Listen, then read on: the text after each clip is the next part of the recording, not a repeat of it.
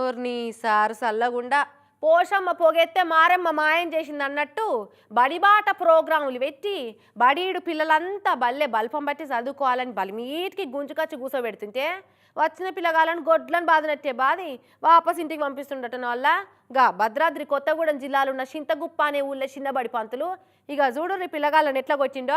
బడీడు పిల్లలు బళ్ళే ఉండాలి అని స్లోగన్లు రాపిచ్చి ఫ్లెక్సీలు కొట్టించి పిల్లలను బడికొచ్చేటట్టు చేస్తుంటే వచ్చిన పిల్లగాలను కొట్టి భయపెట్టి బడి వద్దు ఇల్లేమొద్దు అనేటట్టు చేస్తుండటమ్మా.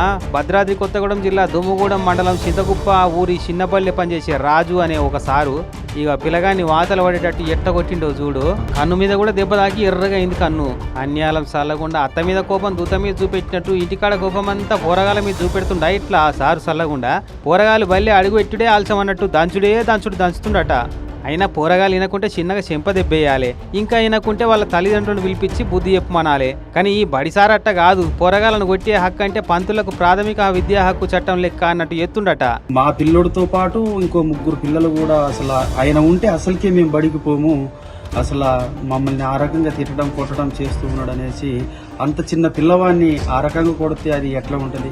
అసలు ఇవాళ జ్వరంతో బాధపడుతూ ఉన్నాడంటే ఇక మీరు అర్థం చేసుకోవాలి సార్. మరి ఏదైనప్పటికీ ఏదైనా ఉంటే మమ్మల్ని పేరెంట్స్ దగ్గరగా ఉన్నప్పుడు మమ్మల్ని పిలిచి ఇదిగో మీ బాబు ఇట్లా చేస్తున్నాడో లేకపోతే చదవట్లేదు అనేసి మాకు చెప్పాలి, కానీ తిట్టడం కొట్టడం ఏంటి సార్ ఇది? ఆ సారుంటే మేము బడికి ఓమంటురట పిల్లలంతా. పల్లెటూరే కదా, కొట్టినా తిట్టినా అడిగేటోళ్ళు ఎవరు ఉంటారు అనుకుంటుండో ఏమో. మరి అక్కడ ఎంఈఓకు కంప్లైంట్ ఇచ్చిరట పిల్లల తల్లిదండ్రులంతా. కానీ అధిక శాంతానం జుట్టు వీక్కుందన్నట్టు చదువు నేర్పియమంటే బర్లను గోర్లను కొట్టినట్టు ఆ కొట్టుడేందో ఏమో. మంచిగా ముద్దు చేసి చెప్తే ఎంత బాగింటారు పిల్లలు. అగో ఒక్కొక్క తాన సార్లు ట్రాన్స్ఫర్ అయిపోతున్నారంటే అడ్డం పడి ఆపి ఏడుస్తున్నారు పోవద్దని. గట్టుండాలి కానీ ఇదేంతరీగా పోరగాళ్ళకు విద్యాబుద్ధులు కాదు, ఫస్ట్ ఆ పంతులకే నేర్పియాల బుద్ధి అని మస్తు గరమవుతున్నారట ఆ రాజు అనే పంతులు గారి మీద. చూడాల మరి ఏం చర్యలు తీసుకుంటారో, ఎసుంటి మార్పు తీసుకొస్తారో.